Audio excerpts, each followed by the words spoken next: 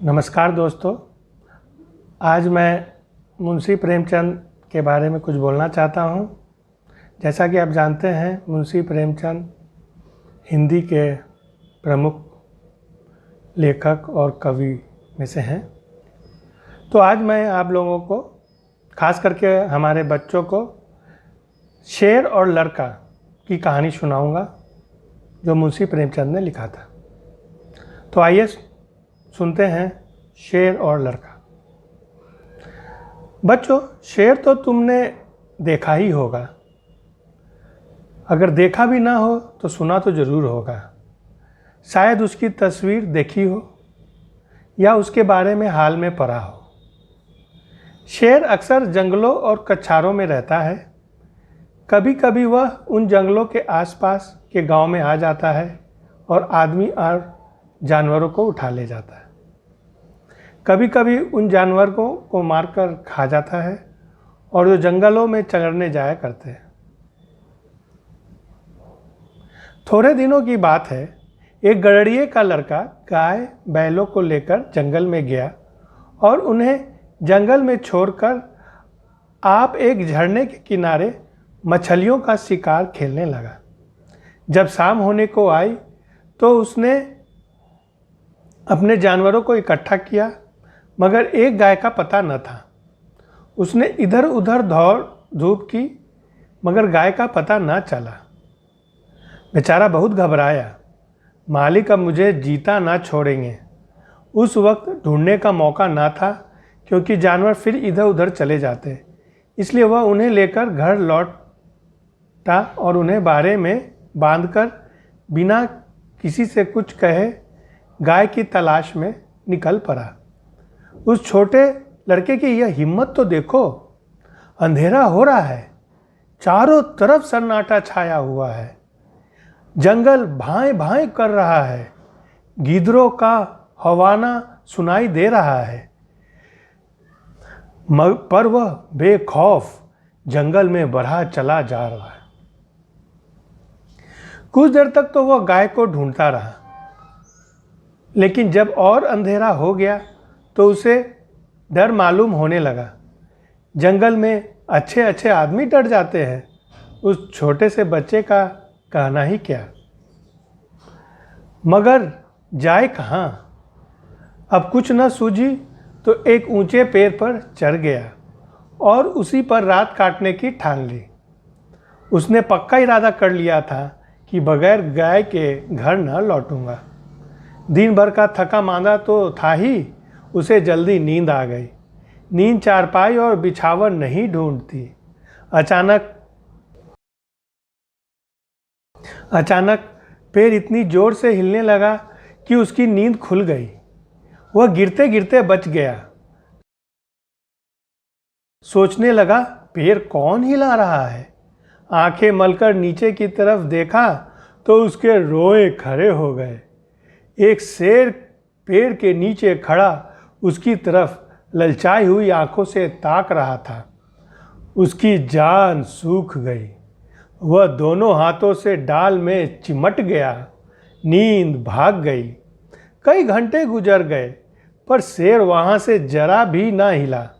वह बार बार गुर्राता और उछल उछल कर लड़के को पकड़ने की कोशिश करता। कभी कभी तो वह इतना नजदीक आ जाता कि लड़का जोर से चिल्ला उठता। रात ज्यों ज्यों करके कटी। सवेरा हुआ। लड़के को कुछ भरोसा हुआ कि शायद शेर उसे छोड़कर चला जाए, मगर शेर ने हिलने का नाम तक न लिया। सारे दिन वह उसी पेड़ के नीचे बैठा रहा। शिकार सामने देखकर वह कहाँ जाता। पेड़ पर बैठे बैठे लड़के की देह अकड़ गई थी। भूख के मारे बुरा हाल था, मगर शेर था कि वहाँ से जौ भर भी ना हटता था। जौ भर भी हटना मतलब थोड़ा भी नहीं हटना। उस जगह से थोड़ी दूर एक छोटा सा झरना था। शेर कभी कभी उस तरफ ताकने लगता था। लड़के ने सोचा कि शेर प्यासा है। उसे कुछ आस बंधी कि ज्यों ही वह पानी पीने जाएगा, मैं भी यहाँ से खिसक चलूँगा। आखिर शेर उधर चला। लड़का पेड़ से उतरने की फिक्र ही कर रहा था कि शेर पानी पीकर लौट आया। शायद उसने भी लड़के का मतलब समझ लिया था। वह आते इतने जोर से चिल्लाया और ऐसा उछला कि लड़के के हाथ पांव ढीले पड़ गए, जैसे वह नीचे गिरा जा रहा हो। मालूम होता था हाथ पांव पेट में घुसा जा रहा है। ज्यों त्यों करके वह दिन भी बीत गया। ज्यों ज्यों रात होती जाती, शेर की भूख भी तेज होती जाती। शायद उसे यह सोचकर गुस्सा आ रहा था कि सामने खाने की चीज़ है और मैं 2 दिनों से भूखा बैठा हूँ। क्या आज भी एकादशी रहेगी? वह रात भी उसे ताकते ही बीत गई। तीसरा दिन भी निकल आया। मारे भूख की उसकी आंखों में तितलियां सी उड़ने लगी। डाल पर बैठना भी मुश्किल मालूम होता था। कभी कभी तो उसके जी में आता कि शेर मुझे पकड़ ले और खा जाए। उसने हाथ जोड़कर ईश्वर से विनय की, भगवान क्या तुम मुझ गरीब पर दया न करोगे? शेर को भी थकावट मालूम हो रही थी। बैठे बैठे उसका जी ऊब गया था। वह चाहता था किसी तरह जल्दी से शिकार मिल जाए। लड़के ने इधर उधर बहुत निगाहें दौड़ाईं कि कोई नज़र आ जाए, मगर कोई नज़र ना आया। तब वह चिल्ला चिल्ला कर रोने लगा, मगर वहाँ उसका रोना कौन सुनता था। आखिर उसे एक तदबीर सूझी। वह पेड़ की पुंगी पर चढ़ गया और अपनी धोती खोलकर उसे हवा में उड़ाने लगा कि शायद किसी शिकारी की नज़र पड़ जाए। एकाएक वह खुशी से उछल पड़ा। उसकी सारी भूख, सारी कमजोरी गायब हो गई। कई आदमी झरने के पास खड़े उस उड़ती हुई झंडी को देख रहे थे। शायद उन्हें अचंभा हो रहा था कि जंगल के इस पेड़ पर झंडी कहाँ से आई। लड़के ने उन आदमियों को गिना, 1 2 3 4। जिस पेड़ पर लड़का बैठा था वहाँ का ज़मीन कुछ नीची थी। उसे ख्याल आया कि अगर वे लोग मुझे देख भी ले तो उनको यह कैसे मालूम होगा कि इसके नीचे 3 दिन का भूखा शेर बैठा हुआ। अगर मैं उन्हें होशियार न कर दूं तो यह दुष्ट किसी न किसी को जरूर चट कर जाएगा। यह सोचकर वह पूरी ताकत से चिल्लाने लगा। उसकी आवाज़ सुनते ही लोग रुक गए और अपनी अपनी बंदूकें संभाल कर उसकी तरफ ताकने लगे। लड़के ने चिल्लाकर कहा, होशियार रहो, होशियार रहो, इस पेड़ के नीचे शेर बैठा हुआ है। शेर का नाम सुनते ही वे लोग संभल गए। चटपट बंदूकों में गोलियां भरी और चौकन्ने होकर आगे बढ़ने लगे। शेर को क्या खबर कि नीचे क्या हो रहा है।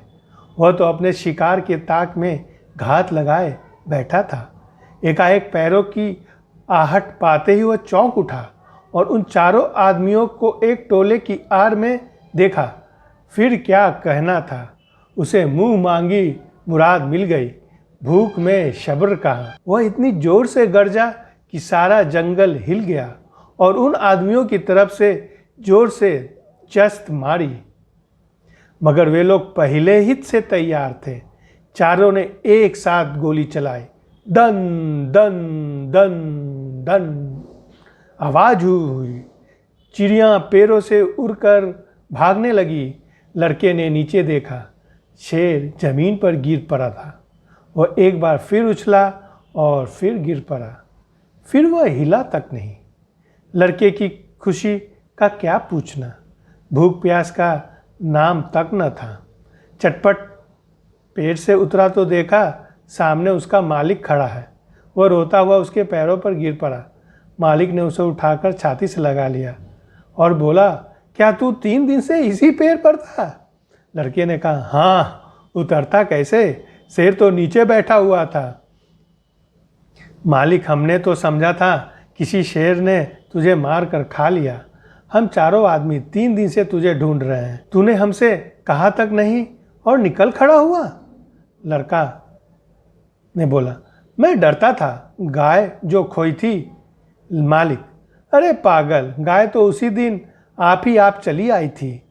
भूख प्यास के शक्ति न रहने पर लड़का भी हंस पड़ा। तो बच्चों, ये कहानी थी शेर और लड़के की। लड़का बहुत ही मजबूत था। उसने अपनी हिम्मत नहीं हारी और अंतिम दम तक वह समय के साथ लड़ता रहा। समय ने भी उसका साथ दिया और उसका मालिक कुछ और शिकारियों के साथ और गांव वालों के साथ वहां पहुंचकर उसे बचा लिया। तो इससे हमको यही सीख मिलती है कि अगर हम हिम्मत ना हारें तो हम कुछ भी कर सकते हैं। तो बच्चों, आपको ये कहानी कैसी लगी? अगर ये कहानी अच्छी लगी तो आप ये वीडियो को ज़रूर लाइक करें और हमारे चैनल को सब्सक्राइब करें ताकि हम आपको और भी रोचक कहानियाँ लाते रहें। धन्यवाद। अभी के लिए इतना ही।